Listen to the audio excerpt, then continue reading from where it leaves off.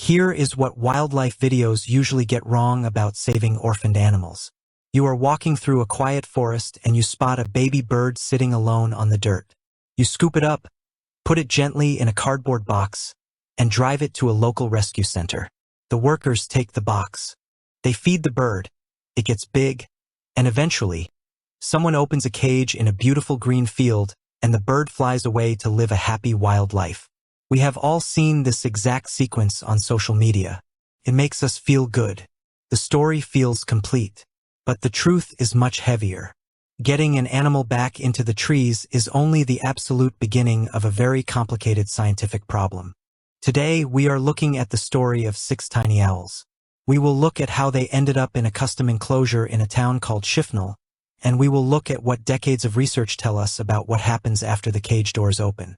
The reality of survival is rarely as simple as a viral video makes it seem. The story starts with the BBC publishing a report back on August 20, 2021. The news outlet covered a group of 6 tawny owlets. These birds were incredibly small and vulnerable. They were only 2 to 5 weeks old when people discovered them sitting alone on the ground. You might wonder how 6 different baby owls all end up in trouble at the exact same time. Turns out this is a massive issue for this specific type of bird. Fran Hill works as the hospital manager at Cuan Wildlife Rescue. She told the BBC that most tawny owls arrive at their facility because they lost their footing while branching. Branching is a specific phase in a young owl's life. Before they can properly fly, baby owls leave the comfort of their nest. They step out onto the tree branches to explore their surroundings. They hop around. They test their wings. They try to figure out how their bodies work in the open air. But they are clumsy. They misjudge distances. Sometimes the wind catches them or they simply slip. They fall from the high branches straight down to the hard ground. Fran Hill explained that the rescue center always tries to return the owlets to their original nests whenever possible. If the person who found the bird knows the exact tree, putting the baby back with its parents is always the best plan. The wild parents already know how to feed it and protect it. But for these 6 owlets, going home was not an option. The rescue staff had to take them in and raise them from a very young age. Fast forward a couple of years. The story of these rescued owls took on a life of its own online. A man named Robert E. Fuller released a YouTube film on January 19, 2023. He framed the entire situation as an inspiring family story. He introduced his viewers to 2 adult wild owls named Bomber and Luna. In his telling of the events, he stated that Bomber and Luna adopted the 6 orphaned owlets. People completely loved it. The internet thrives on stories about wild animals showing compassion and taking in babies that are not their own. The engagement numbers reflect that deep hunger for a happy ending. The video is 49 minutes long, and the platform summary listed an incredible 15 million views and over 223,000 likes. The film wraps up with a highly emotional climax, showing all 6 owlets flying free. When you watch a video like that, you feel intensely relieved. Feels like a massive victory for nature. But scientists and wildlife experts view these situations through a very different lens. They know that this was not a spontaneous wild adoption where adult birds just stumbled across abandoned babies in the dark woods. It was a highly managed rehabilitation and foster process. Humans fed the owlets, humans chose the location, and humans carefully controlled the timeline. The broader scientific literature shows us that releasing an animal into the wild is a massive gamble. The outcome depends heavily on the exact species of the bird, the specific release site, and the follow-up monitoring. Let me show you exactly what the science says about that gamble. In 2022, a major scientific journal called PLOS One published a systematic review and meta-analysis. A meta-analysis means the researchers did not just do one simple field test and call it a day. They gathered huge amounts of existing data from years of field work to find the bigger truth. They synthesized 112 different papers focused on rehabilitating and releasing native mammals and birds. They wanted to figure out what factors actually affect an animal's chances of surviving after it leaves human care. They wanted to know what really happens after the cameras stop rolling. The findings were incredibly revealing. The researchers found that survival varies widely depending on the region of the world. Surprisingly, The review showed that birds released in North America had the poorest post-release survival rates out of all the regions they studied. You might assume that a rehabilitated animal just goes back into the wild and lives a completely natural life untouched by modern problems.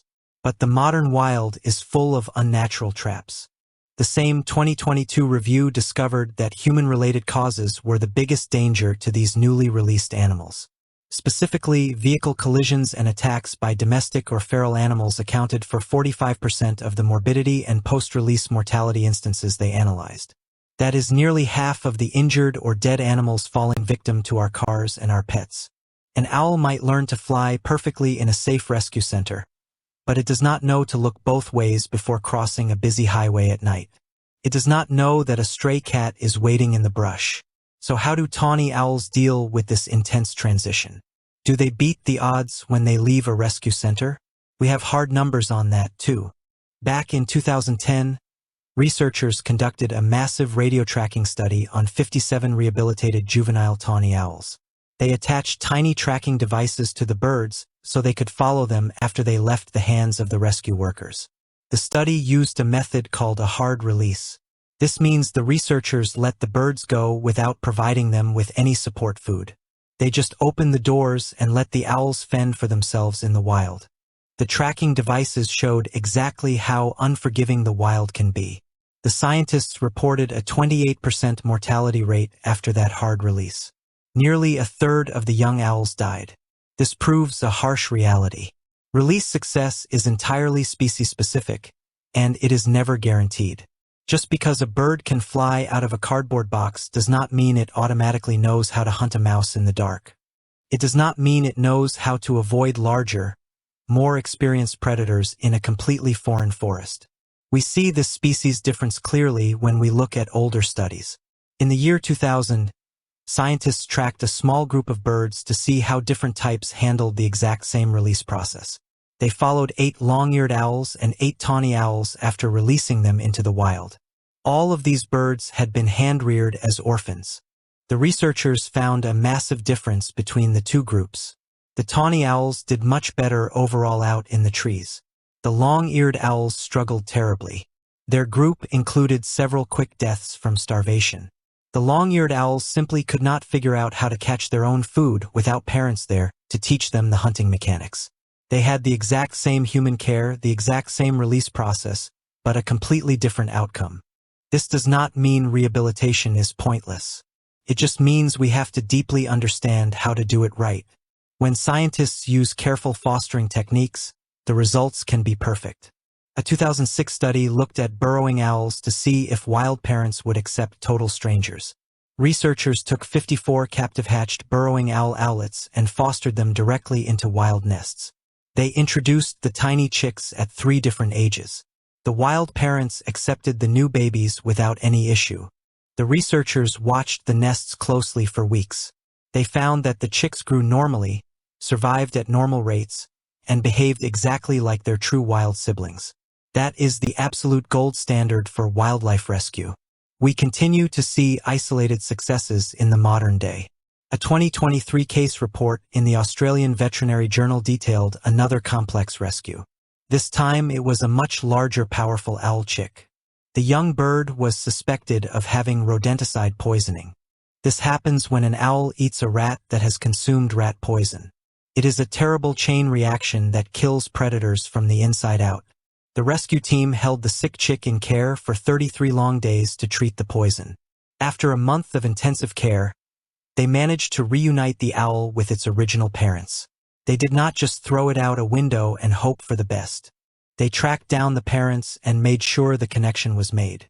This brings us right back to our 6 tawny owlets in England. The dedicated staff at Cuan Wildlife Rescue knew the terrible statistics. They understood the severe risks of a blind hard release. They had cared for these 6 tiny birds for months. They were not going to just drive them to a public park and toss them into the air. They carefully selected a specific release site in Shifnal, Shropshire. But they took it one major step further to ensure the birds had the best chance possible. To avoid the sudden panic and confusion that leads to rapid starvation, they used a purpose-built aviary. They moved the 6 owlets into this large outdoor enclosure right at the release site. The birds lived inside that aviary for 3 full days. This allowed them to slowly acclimatize to the local weather, listen to the ambient noises of the Shropshire woods, and recognize the exact environment as their new home. It gave them a slow transition from a safe indoor rescue center to the unforgiving wild. Only after those 3 days of adjustment did the handlers finally open the aviary doors. The owlets flew out into the trees, leaving human care entirely behind. That final moment is incredibly cinematic. It is the exact reason millions of people click on animal rescue videos online. We want to see the cage open. We want to see the birds fly.